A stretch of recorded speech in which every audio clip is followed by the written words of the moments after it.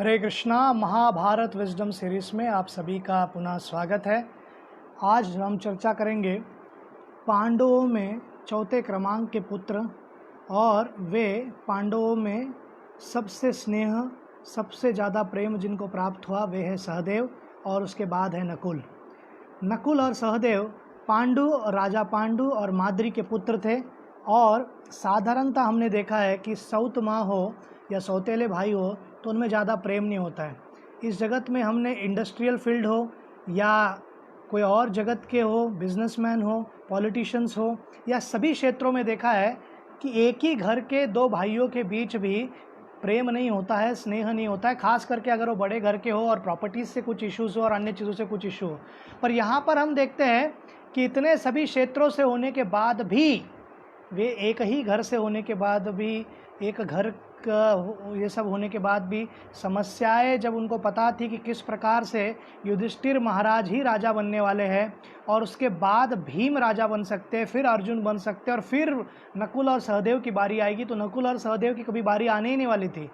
फिर भी नकुल और सहदेव निरंतर इन तीनों मेन जो व्यक्ति है, जो मुख्य हीरो है पूरे महाभारत के, उनकी सेवा करते रहे।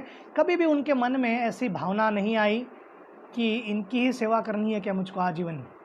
तो पिछले कथा में हमने देखा कि किस प्रकार से भीम का शक्ति प्रदर्शन, शौर्य का प्रदर्शन, फिर उसके बाद भीम किस प्रकार से अधिकतर कौरवों को मारते हैं, धृतराष्ट्र के पुत्रों को, दुशासन को कैसे मारते हैं, फिर उसके बाद दुर्योधन का अंत करते हैं और बहुत ही निर्णायक भाग लेते हैं युद्ध में। युद्ध के पश्चात भी उप पांडव की जब हत्या हो जाती है तो जिस अश्वत्थामा ने इनको मारा था उस अश्वत्थामा को पकड़ कर लेके आना द्रौपदी के पास, वो भी भीम ही कार्य करते हैं। फिर उसके बाद अश्वमेध यज्ञ हो, उसमें मुख्य भाग्य सेवा करते हैं। उसके पश्चात जब पूरे राज्य करनी है तो काम्यक वन में जितने भी लोग थे, प्रजा थे, वो बहुत खुश थे भीम से। और हमने देखा कि भीम अपने व्यक्तिगत जीवन में सर्वप्रथम हिडिंबी से विवाह करते, उनसे घटोत्कच पुत्र जन्म लेते। बहुत ही शक्तिशाली, ये राक्षस कुल के थे परंतु बहुत ही शक्तिशाली और धार्मिक थे और माता हिडिंबी से उन्होंने बहुत धर्म का ज्ञान लिया था। और युद्ध के भूमि में हम देखते हैं कि कौरवों से युद्ध लड़ते वक्त कौरवों पर इतना भारी पड़ते और ख़ास करके 14वें दिन कर्ण को लगभग वध करने वाले थे, तो कर्ण को अपने सबसे शक्तिशाली अस्त्र जो कर्ण को एक्सचेंज ऑफर में मिला था।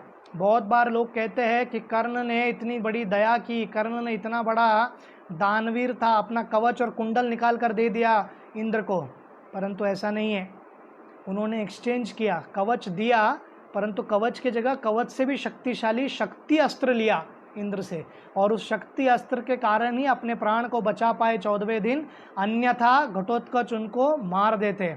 तो हम सबको ये समझने की आवश्यकता है कि साधारणतः जितने महान भीम थे उतनी ही महान तरीके से या शालीन तरीके से वे अपने व्यक्तिगत जीवन में भी अपने पत्नियों को खुश रखते थे। द्रौपदी का हमने प्रसंग में देखा कि हर समय द्रौपदी की जो भी इच्छा है उसको पूर्ति करते थे। द्रौपदी को सुगंधि का पुष्प चाहिए तो कुबेर के लोक में जाकर सभी यक्षों से उन्होंने लड़ाई कर ली परंतु फूल ला कर दिया। द्रौपदी का रक्षा करने का बात हो जटासुर से, द्रौपदी की रक्षा करने की बात हो जयद्रथ से, द्रौपदी की रक्षा करनी हो जब उनके अपमानित किया गया उनको पूरे असत सभा में हस्तिनापुर में, तो वे ही प्रतिज्ञा लेते हैं कैसे दुर्योधन की जांग को तोड़ देंगे और दुशासन के हाथ को उखाड़ फेंकेंगे और उनके रक्त से द्रौपदी के केस को धोकर उनको पवित्र करेंगे। इस प्रकार की प्रतिज्ञा लेते हैं। और अर्जुन के बिहाफ में भीम प्रतिज्ञा लेते हैं कि कर्ण को मारेगा अर्जुन। तो इस प्रकार सभी इतना ग्रीष्म प्रतिज्ञा लेने के बाद और इतने शक्तिशाली प्रतिज्ञा लेने के पश्चात इस प्रकार से हमारे जो भीम है उनका दूसरा विवाह जब वानव्रत में थे तो वलंधरा करके एक है नारी, वलंधरा जो राजकुमारी थी, उनसे विवाह होता है और उनसे उनको पुत्र होते हैं स्वगर। और इस प्रकार से द्रौपदी से उनको जन्म लेता है सुतोषम। तो इस सुतोषम पुत्र का युद्ध के आखिरी दिन 18वें दिन रात्रि को निर्मम तरीके से हमारे अश्वत्थामा इनको मार देते हैं। तो हम देखते हैं कि अन्य किसी भी प्रकार से ये जो भीम है इतने शक्तिशाली थे परंतु व्यक्तिगत जीवन में समय देना, बच्चों को समय देना, इसमें बहुत ही बहुत ही अच्छे तरीके से वो कार्य करते थे। हमने देखा है कि अधिकतर लोग जो बहुत सैक्रिफाइस करते हैं, बहुत महान होते हैं, परंतु उनके फैमिली वालों लोगों का कंप्लेंट होता है उस व्यक्ति से कि हमको कभी समय नहीं दिया। तो हम कहते हैं कि उन्होंने त्याग कर दिया, त्याग की भावना थी, समाज के लिए निछावर कर दिया, वो ठीक है। पर ये सब आप तब कर सकते हो जब आप सन्यासी हो या वानप्रस्थ हो। जब तक गृहस्थ हो तो आपको घर में समय देने की आवश्यकता है, पत्नी को और बच्चों को, और पत्नी और बच्चों को कभी कंप्लेंट नहीं आना चाहिए कि हमें समय ही नहीं देते थे। तो हम देखते हैं कि किस प्रकार से, कितने सुंदर तरीके से भीम ने अपने परिवार में खास करके पत्नियों को सदा सुखी रखा। और द्रौपदी को सबसे कठिन परिस्थिति जब था वो था कीचक के यहाँ पर, और विराट पर्व में जो कीचक उनके प्रति कामुक भावना से प्रयत्न कर रहा था कि उनके मान सम्मान को लूट ले, उनके आबरू को लूट ले, उस समय भीम कीचक को मार देते हैं, परास्त कर देते हैं। और बाद में कीचक के जितने भी समर्थक हैं वो द्रौपदी को जबरदस्ती सती करने का प्रयत्न कर रहे थे, जबकि सती था ही नहीं, वो तो कुछ उल्टा परवटन कार्य था। तब भी भीम ही उनकी रक्षा करते, और सभी समर्थकों को शमशान भूमि में जो कीचक का समारोह था, फ्यूनरल सेरेमनी था, इन सब का भी funeral ceremony, communal funeral ceremony, एक साथ सबको जलाकर राख कर देते हैं मारने के पश्चात। तो हम देखते हैं कि किस प्रकार से वल्लभ के रूप में वो सेवा करते हैं, पूरे विराट पर्व में द्रौपदी की रक्षा करते हैं।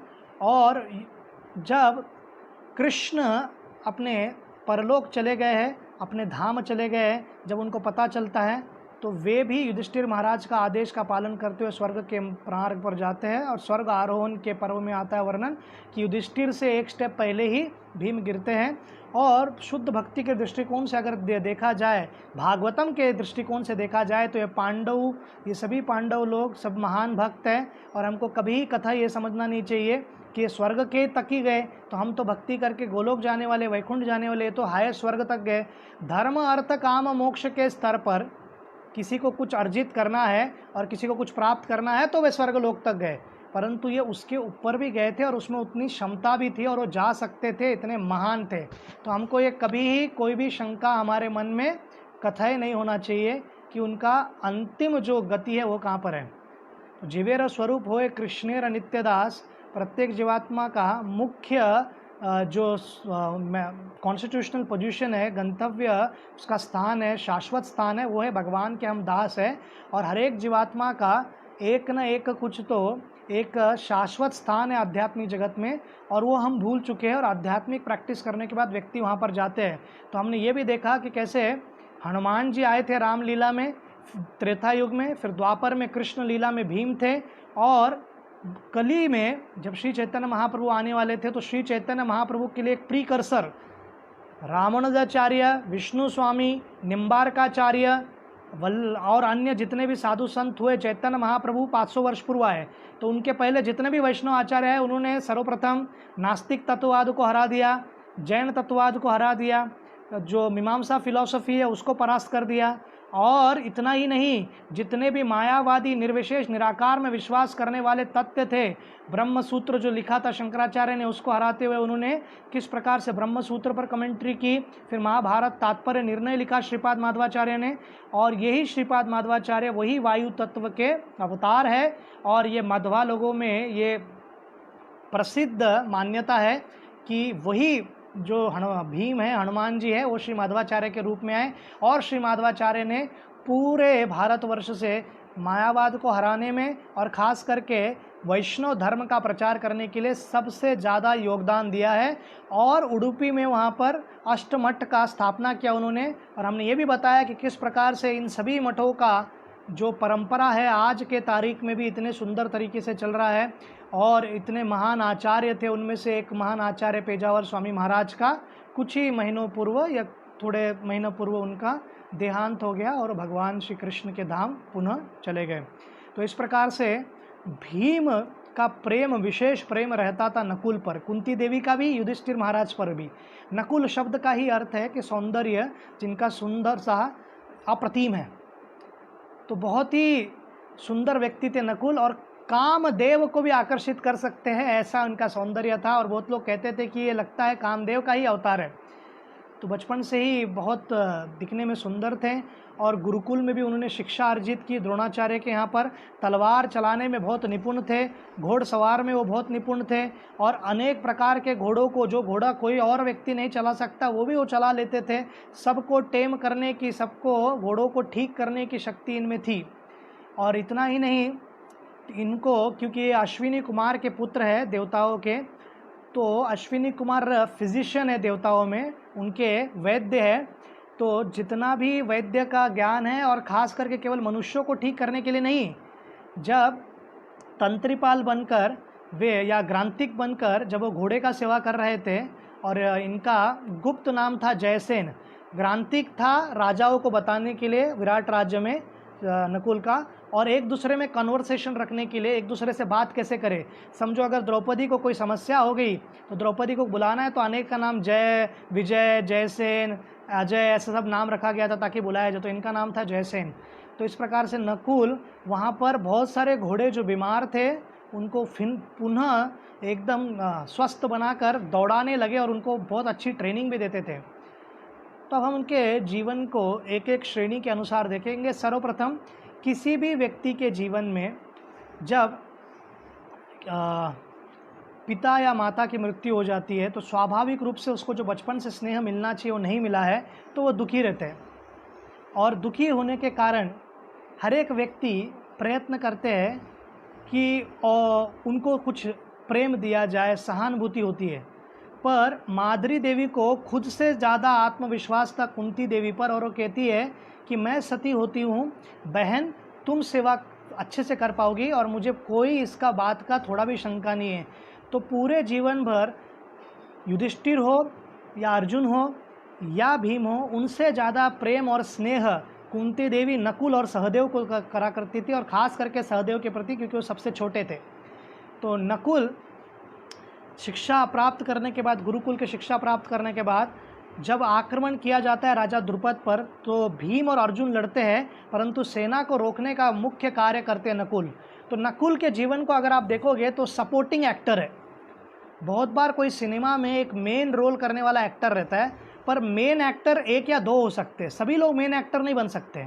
जीवन में भी भक्ति के सर्कल में हो या फैमिली के सर्कल में हो या जॉब के सर्कल में हो, हमको हमेशा मेन हीरो बनने का बहुत लालसा रहता है।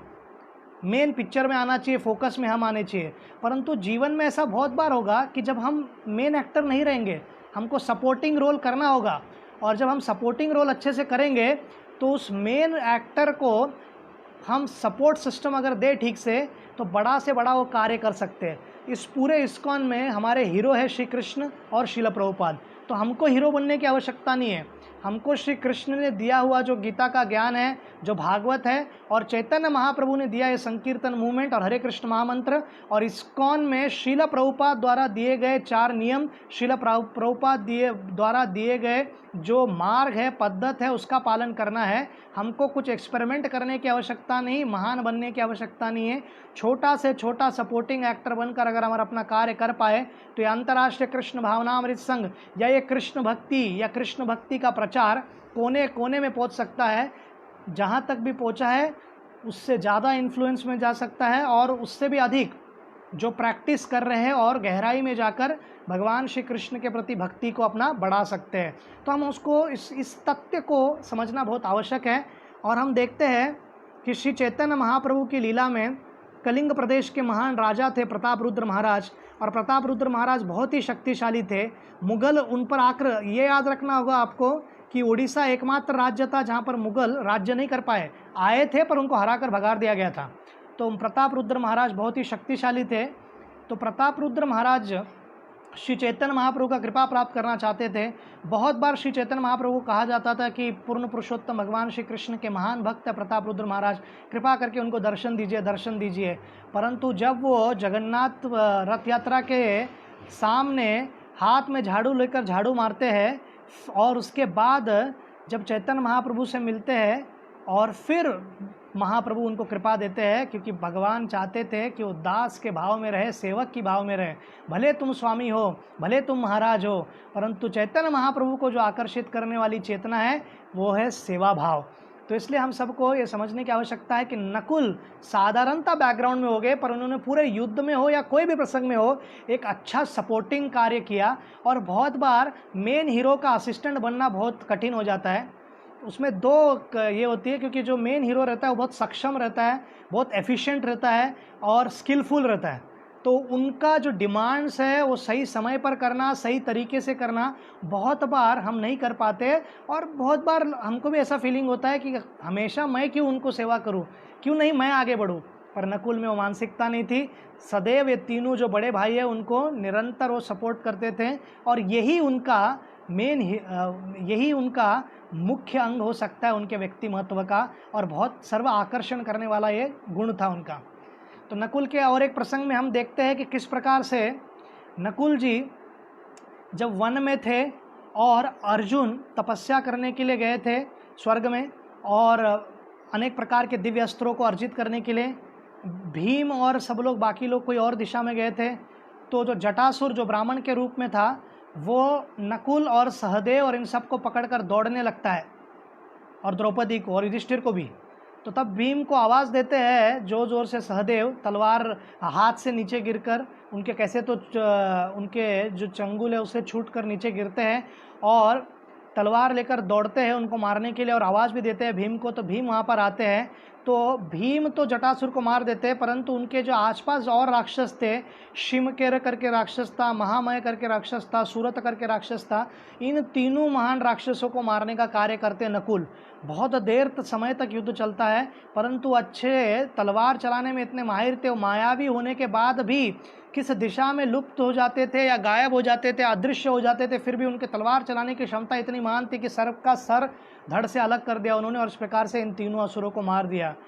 हमने देखा कि कैसे युधिष्ठिर महाराज का प्रेम यहाँ पर नकुल पर कितना ज़्यादा था, ये पता चलता है जब यमराज पहले तो क्रोण पक्षी के रूप में आते हैं, और फिर उसके बाद यक्ष मैं कहते हैं कि मैं यक्ष हूँ जब पूछने के बाद, और अंत में पता चलता है कि धर्मराज थे। और युधिष्ठिर महाराज को जब प्रश्न पूछते हैं और सभी प्रश्नों का उत्तर जब युधिष्ठिर महाराज एकदम निपुण पूर्वक को देते हैं, प्रसन्न हो जाते हैं हमारे धर्मराज जी, तो धर्मराज उनको कहते हैं कि मांगो कुछ, क्या इच्छा आपकी, मुझे देने की इच्छा हो रही है आपको। तो युधिष्ठिर महाराज कहते हैं कि सभी चारों भाई मृत वहाँ पे गिरे हुए थे, जल पीने को नहीं कहा था पर अपने प्यास को रोक नहीं पाए तो शापित हो गए और उनकी मृत्यु हो गई थी। तो एक भाई को मैं जीवित कर सकता हूँ, तो कहता है नकुल को जीवित कर दो।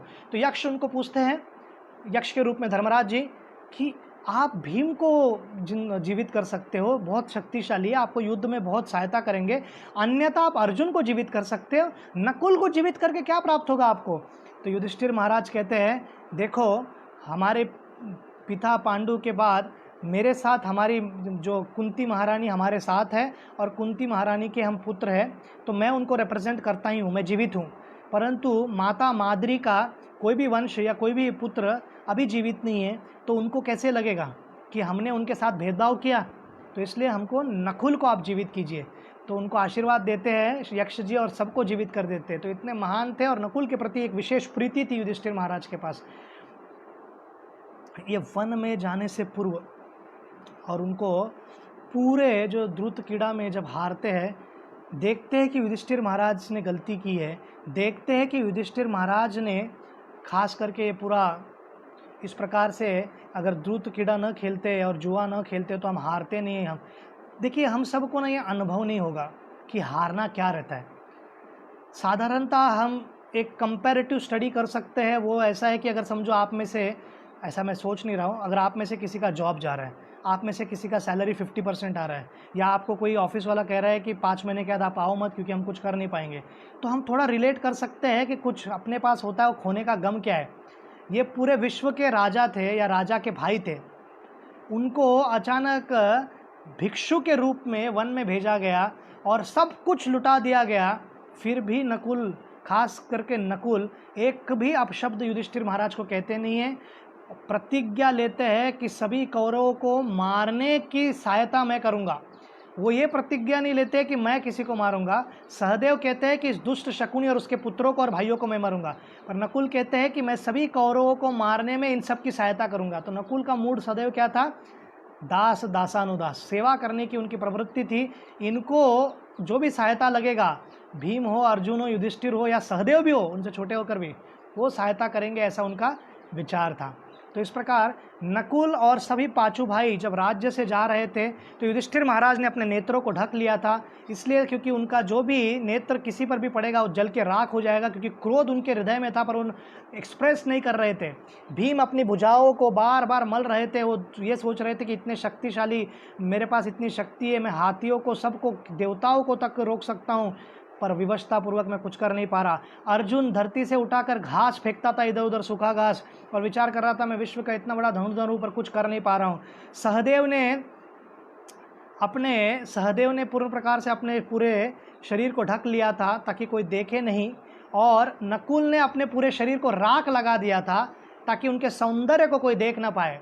इतने सुंदर थे कि वनवासी होने के बाद भी अगर कोई स्त्री उनको देख ले और उनके सौंदर्य से आकर्षित हो जाए तो शायद अपना घर बार भी छोड़ दे। इतने आकर्षित करने वाले व्यक्ति नकुल थे, कामदेव की तुलना में भी वो बहुत सुंदर थे नकुल।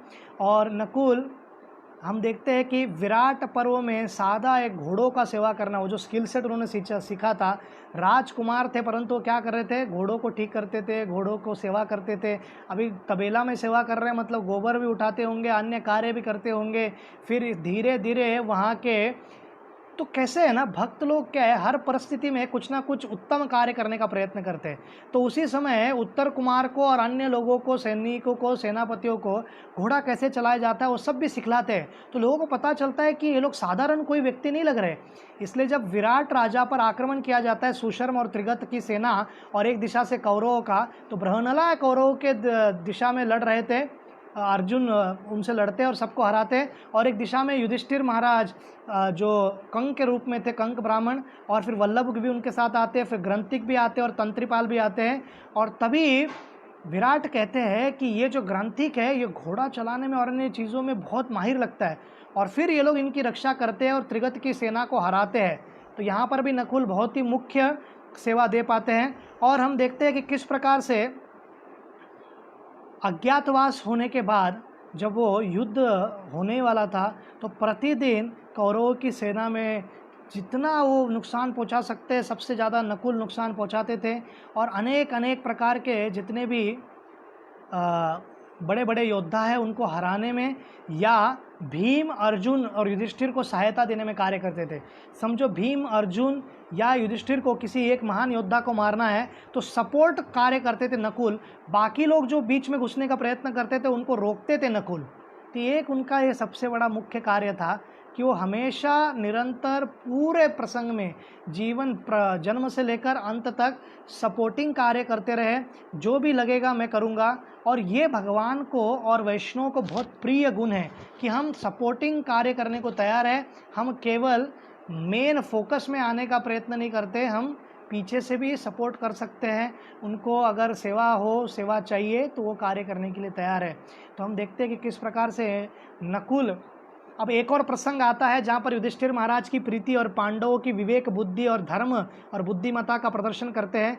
नारद मुनि विवाह होने के बाद जब वो पुनः आते हैं पूरे द्रौपदी का विवाह करने के पश्चात, और वो थोड़ा समय जो पहली बार अज्ञातवास में जब थे, जब पूरा वारण जो लक्षाग्रह है उसको जलाने का प्रयत्न करते हैं, दुर्योधन जब रिटर्न आते हैं, इंद्रप्रस्थ राज्य की स्थापना करते हैं, तो नारद मुनि उनको सुंड और उपसुंड की कथा बताते हैं कि कैसे ये दोनों भाई एक दूसरे से बहुत प्रेम करते थे, परंतु उनको एक ही श्राप था कि एक दूसरे को मार सकते हो, एक दूसरे के बीच अगर आपकी लड़ाई होगी तो आप मार सकते हो, अन्यथा आपको कोई नहीं मार सकता है। तो देवता बहुत चिंतित थे, इंद्र ब्रह्मा जी के पास जाते हैं, ब्रह्मा जी तिलोत्तमा करके एक महान अप्सरा को निर्मित करते हैं, और वो अप्सरा का हर एक अंग इतना सुंदर था, दोनों सुंड और उपसुंड देखकर कहते हैं कि मेरी पत्नी है, तुम्हारी बहन है, और ये कहते हुए दोनों के बीच फिर युद्ध प्रारंभ होता है और एक दूसरे को मार देते हैं। उसी प्रकार नारद मुनि कहते हैं कि आप पांचों भाई धार्मिक हो, परंतु एक कार्य कीजिए, आप द्रौपदी के साथ, आप पांचों भाई में हर एक व्यक्ति प्राइवेट में एक एक वर्ष रहेंगे, और उस समय पर उनके अंदर के कक्ष में कोई और व्यक्ति नहीं आएगा, और गलती से कोई व्यक्ति आ जाए तो उनको कुछ वर्षों के लिए वनवास के लिए जाना होगा। तो हम देखते हैं कि किस प्रकार से अर्जुन को जाना पड़ा था। परंतु यहाँ पर आप अगर सोचिए एक बार, युधिष्ठिर बड़े हैं, फिर भीम है, फिर अर्जुन है, फिर नकुल है, फिर सहदेव है। परंतु युधिष्ठिर महाराज क्या कहते हैं, क्योंकि वो बड़े हैं इसलिए युधिष्ठिर महाराज को प्रथम बारी मिलती है द्रौपदी के साथ संग करने का 1 वर्ष के लिए। फिर उसके बाद भीम नहीं, अर्जुन नहीं, नकुल को दिया जाता है। और नकुल और द्रौपदी के संग से स्थानिक जो अपने उनके पुत्र थे वे जन्म लेते हैं स्थानिक करके, सतानिक। तो सतानिक उनके पुत्र, सतानिक मतलब वो सैटैनिक वर्सेस की तरह नहीं, शहतानिक जो उनके पुत्र जन्म लेते हैं और द्रौपदी से।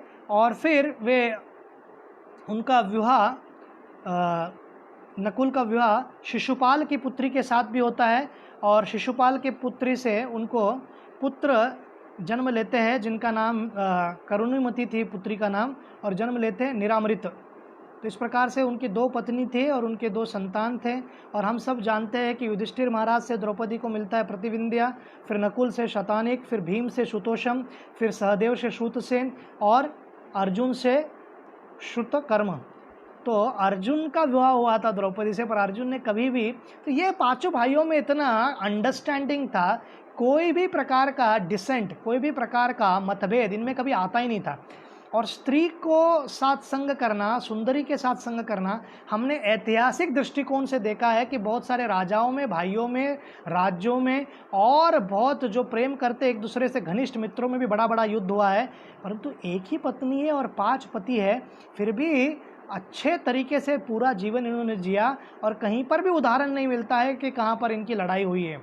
और इस प्रकार से हम देखते हैं कि युद्ध में इतना मुख्य पूरे सहायता करने के बाद और सभी कौरवों को मारने का पूरा सक्षम प्रयास करते हैं और उसमें विजय प्राप्त करते हैं।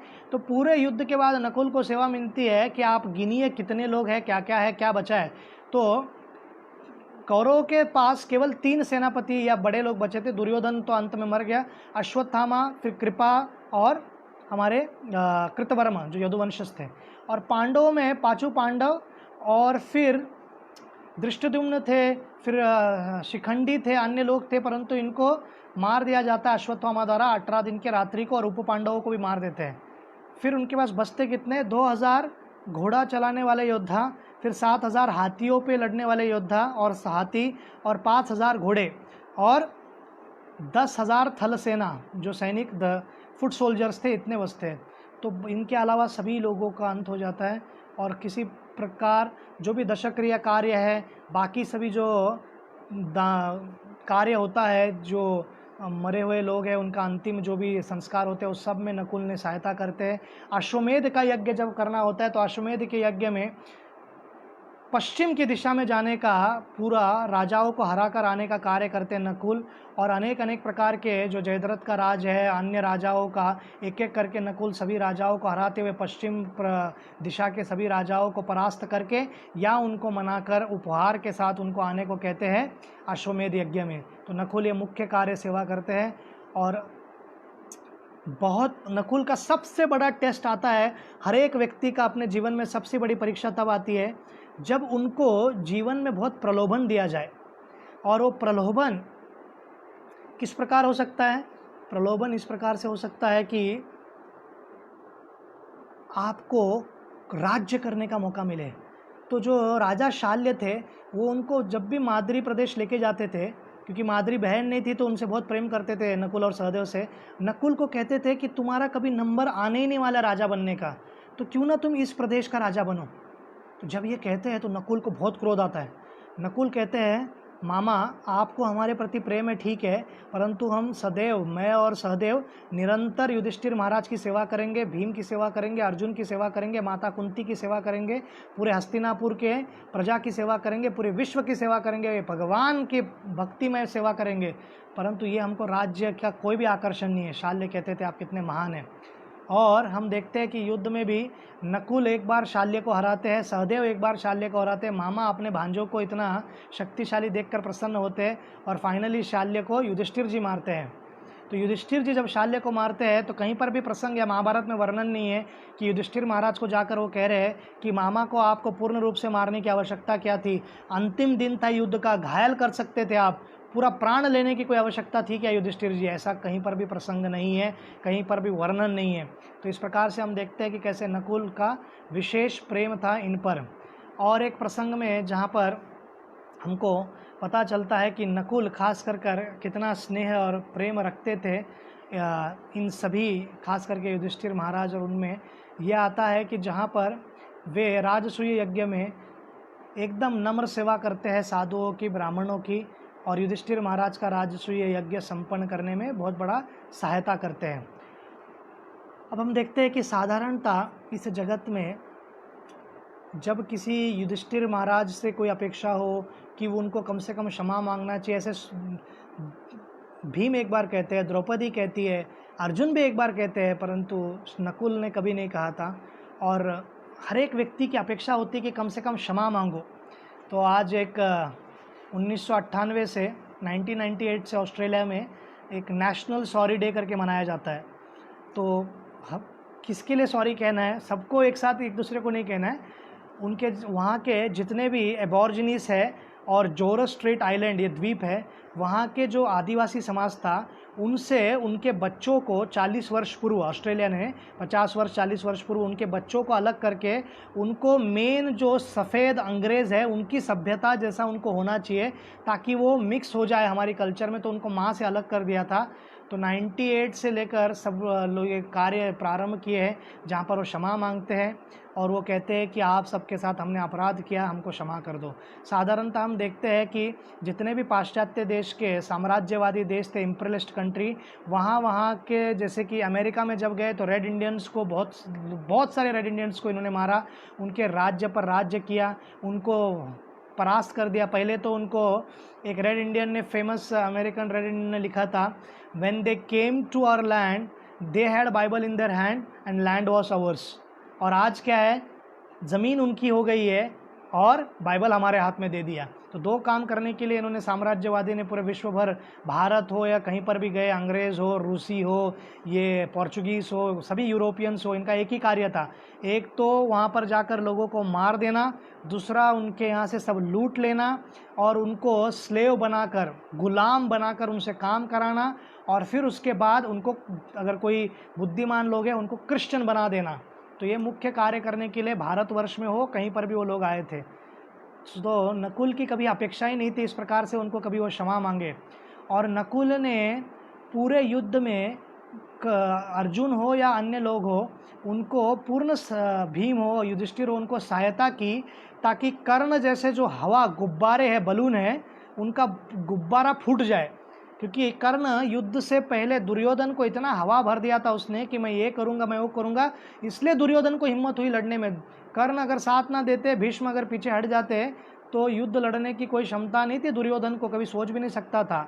तो कर्ण उस प्रकार का है कि समझो, जो बच्चे लोग होते हैं वो प्लेन बनाते हैं, क्या कहते हैं उसको, पेपर का प्लेन, और पेपर का प्लेन बनाकर उड़ाते हैं, तो उनको लगता है बहुत अच्छा उड़ा रहा हूँ।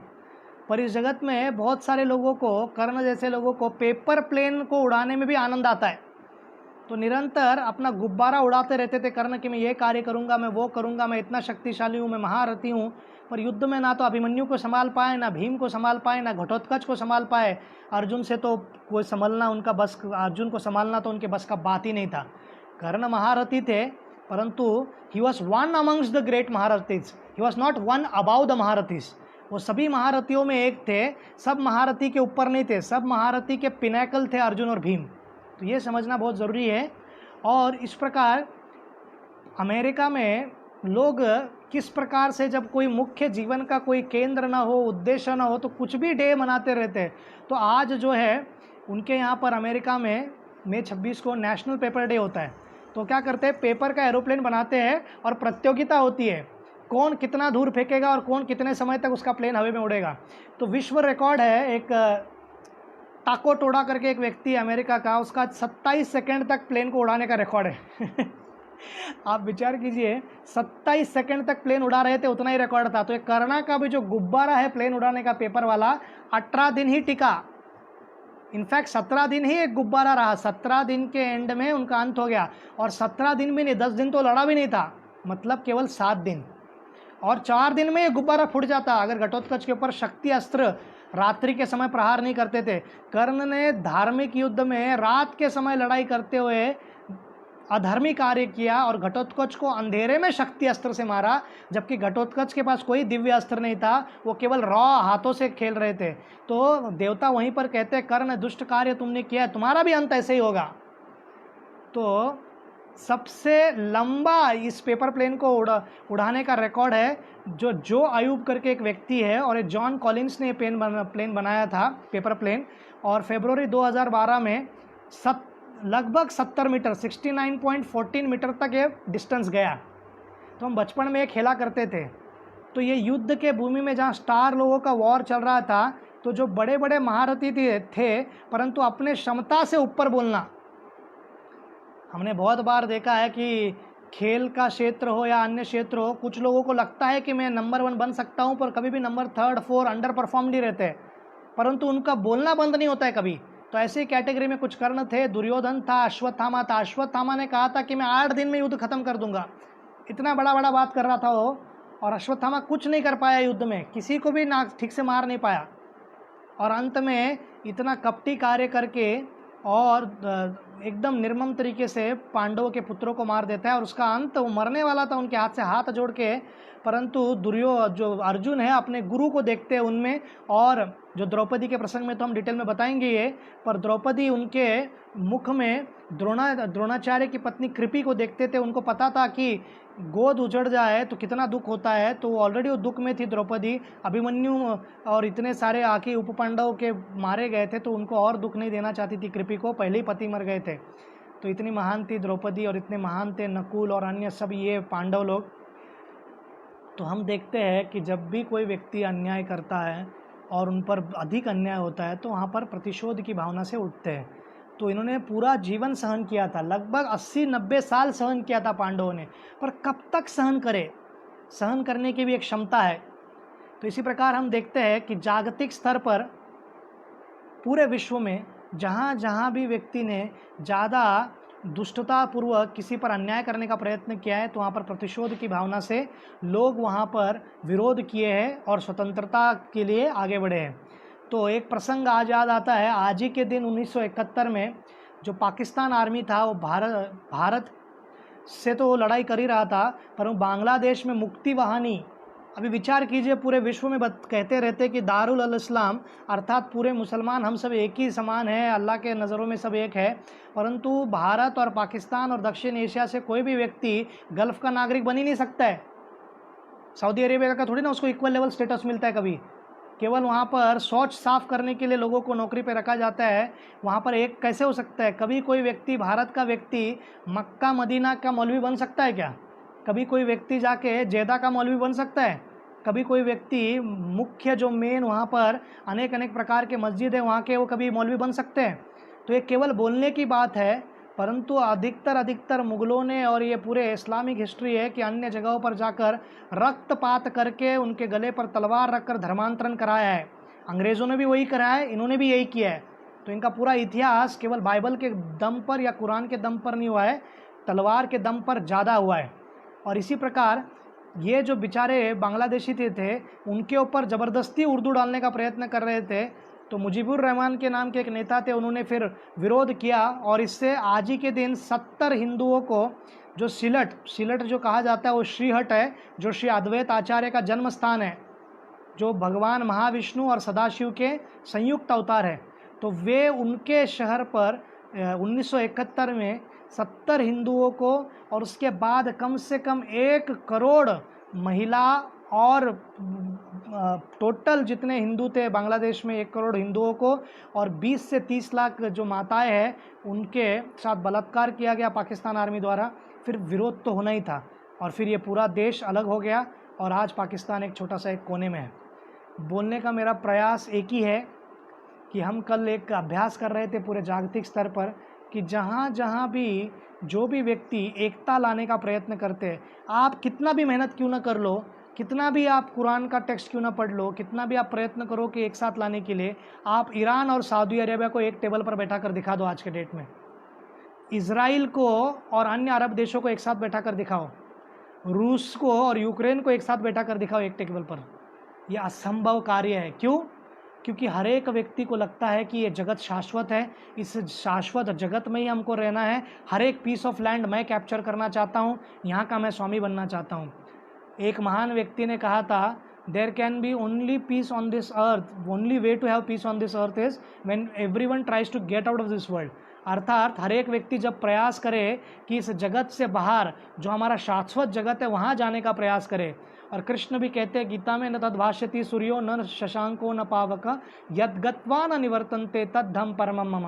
तो महाभारत में से भी ये बतलाते हैं पूर्ण पुरुषोत्तम भगवान श्री कृष्ण पांडवों के जीवन में इतना विपदा क्यों देते हैं, क्योंकि एक गोल्ड स्टैंडर्ड वो देते हैं कि ये स्टैंडर्ड है मेरे भक्तों का, तो ये आपका स्तर होना चाहिए, इसका इधर आने का प्रयत्न करो, यहाँ से आसपास कहीं भी हो तो आप आध्यात्मिक जगत आ सकते हो, उतनी शरणागति आपकी होनी चाहिए। तो कृष्ण जब आध्यात्मिक जगत चले जाते हैं अपनी पूरी भौम्य लीला करने के बाद, फिर युधिष्ठिर महाराज, पांडव और द्रौपदी जब उत्तर की दिशा में जाते हैं तो हम देखते हैं कि कैसे सर्वप्रथम सहदेव गिर जाते हैं, फिर नकुल गिरते हैं। नकुल गिरने के बाद भीम पूछते हैं कि वो क्यों गिर गए, तो बतलाते हैं कि नकुल को अपने सौंदर्य पर बहुत घमंड था। ये एक मेटाफोरिकल सीख है। उस सीख क्या है, शिक्षा ये है, ये इवेंट हुआ है, परंतु एक्सटर्नली आप मत देखिए। साधारणतः शिल प्रभुपाद जब शरीर छोड़ रहे थे या कोई भी साधु संत जब शरीर छोड़ते हैं तो फिजिकली अगर आप देखोगे तो पीड़ा होगा। शिल प्रभुपाद बूढ़े थे, पीड़ा हो रही थी, परंतु आध्यात्मिक स्तर पर वो निरंतर श्री कृष्ण का चिंतन कर रहे थे। तो हमको वो देखने की आवश्यकता है, जब शरीर है तो उसको दर्द होगा ही, शरीर है तो बूढ़ा होगा, शरीर है तो दर्द होगा, शरीर है तो अनेक बीमारी होगी, परंतु चेतना क्या थी? तो इन पांचों पांडवों की चेतना कृष्णमयी थी, तो वो आध्यात्मिक जगत जाते हैं। तो ये एक सीख हमको क्या लेनी है, सहदेव से हम सीख क्या ले सकते हैं कि हमको शास्त्रों का बहुत ज्ञान हो सकता है, जिसके बारे में हम कल चर्चा करेंगे, परंतु हमको कभी अति घमंडी नहीं होना चाहिए। सीख लेने के लिए, साधकों के लिए वो नहीं थे, हमको सीख लेना है, वो सिखा लेने के लिए। अर्जुन माया में नहीं थे, अर्जुन मोहित नहीं हुए थे, हमको सिखाने के लिए कि गीता का मुख से निकले, भगवान श्री कृष्ण के मुख से गीता का ज्ञान, इसलिए वैसे वो भगवान के योग माया के अंडर आने के लिए तैयार हो जाते हैं और इस प्रकार से गीता का ज्ञान दिया जाता है अर्जुन को। अब फिर उसके बाद हम देखते हैं कि नकुल सुंदर था और उसको लगता था कि बहुत सुंदर है, तो ये भी बाधा हो सकती है। कुंती महारानी स्वयं अपने श्रीमद् भागवतम के 8वें अध्याय में स्वयं प्रार्थना करती है कि जो श्री है श्रुति श्रीभिर, अर्थात सौंदर्य, बड़ा जन्म, बुद्धिमान और धन, ये बाधा ला सकता है किसी व्यक्ति को भी आध्यात्मिक प्रगति करने में। तो अति सुंदर होना ठीक है, सौंदर्य अगर भगवान ने आपको दिया है, परंतु हमको सदैव सोचना है कि भगवान की कृपा है और घमंडी नहीं होना है और किसी और अन्य व्यक्ति को हमको अपमानित नहीं करना है। उसके बाद अर्जुन के बारे से हमको क्या सीख मिलती है कि कैसे व्यक्ति कितना भी महान योद्धा या धनुर्धर क्यों ना हो जाए, वो युद्ध से पहले कहते थे कि मैं कुछ ही समय में समाप्त कर दूंगा, परंतु उनको 18 दिन लग जाते, इसलिए उनको ऐसा अंत हुआ। और भीम का कहते हैं कि आध्यात्मिक प्रगति करने के लिए अपना खाना, जो आहार है, उस पर व्यक्ति को नियंत्रण होना चाहिए। और युधिष्ठिर महाराज को कुछ क्षण के लिए नर्क देखना पड़ता है, क्योंकि उन्होंने अर्ध झूठ कहा था। वो एक ही अश्वत्थामा मारा गया है, आपका पुत्र नहीं हाथी। तो इस प्रकार से आधा झूठ बोला था, पूरा भी नहीं, फिर भी स्वप्निक उनको थोड़ा सा नर्क दिखाया जाता है कुछ समय के लिए। और द्रौपदी का अंत इसलिए होता है कि व्यक्ति को पक्षपात नहीं करना चाहिए, सबके साथ स्नेहपूर्वक सेवा करना चाहिए। अपने पांचों पतियों में वो सबको प्रेम करती थी, पर अर्जुन के प्रति उनको विशेष प्रेम था, स्वाभाविक है। परंतु ये पांचों से सीखने के लिए, ये 5 पांडव और द्रौपदी से सीखने के लिए ये पूरा प्रसंग है। तो इस प्रकार से हम देखते हैं कि नकुल हर दृष्टिकोण से इतने महान सेवक थे, और ये सेवक ही तो हमारा अंतर्राष्ट्रीय कृष्ण भावना अमृत संघ में जो संस्थापकाचार्य शिल प्रभुपाद, उनका मुख्य उद्देश्य है कि हम सर्वेंट ऑफ सर्वेंट बनने का प्रयत्न करें। और हमारा शारीरिक सौंदर्य कितना भी क्यों ना हो, हमको तलवार चलाना कितना भी क्यों ना आता हो, हम कितने भी इक्विप्ड क्यों ना हो, ऑफिस में हम कितने भी महान क्यों ना हो, हम बॉस क्यों ना हो, सीईओ क्यों ना हो, अन्य प्रकार से जितने भी भौतिक हमारे में उपलब्धियां क्यों ना हो, नकुल की तरह अगर हमारे में सेवा भाव हो, और हमको महान बनने की आवश्यकता नहीं है आध्यात्मिक जीवन में या आध्यात्मिक जगत जाने के लिए, हमको महान बनने की आवश्यकता नहीं है। हमको महान व्यक्तियों के संग में, महान भक्तों के संग में रहना है। वो उनका संग करके और उनका सेवा करके हम भगवान श्री कृष्ण को प्राप्त करते हैं। शुश्रूषु शब्ददानस्य वासुदेव कथा रुचि शान महत सेवया विप्रह पुण्य तीर्थ निषेवनात्। ध्यान पूर्वक कथा श्रवण करके और महाभागवत पुस्तक और महाभागवत भक्त की सेवा करके हम भगवान श्री कृष्ण का धाम प्राप्त कर सकते हैं, शाश्वत प्रेम को उत्पन्न कर सकते हैं हमारे हृदय में, और इस जगत के कलमश को एक प्रकार से पूर्णतः नष्ट कर सकते हैं, सदैव के लिए, हमेशा के लिए। आप सबका धन्यवाद। हरे कृष्णा।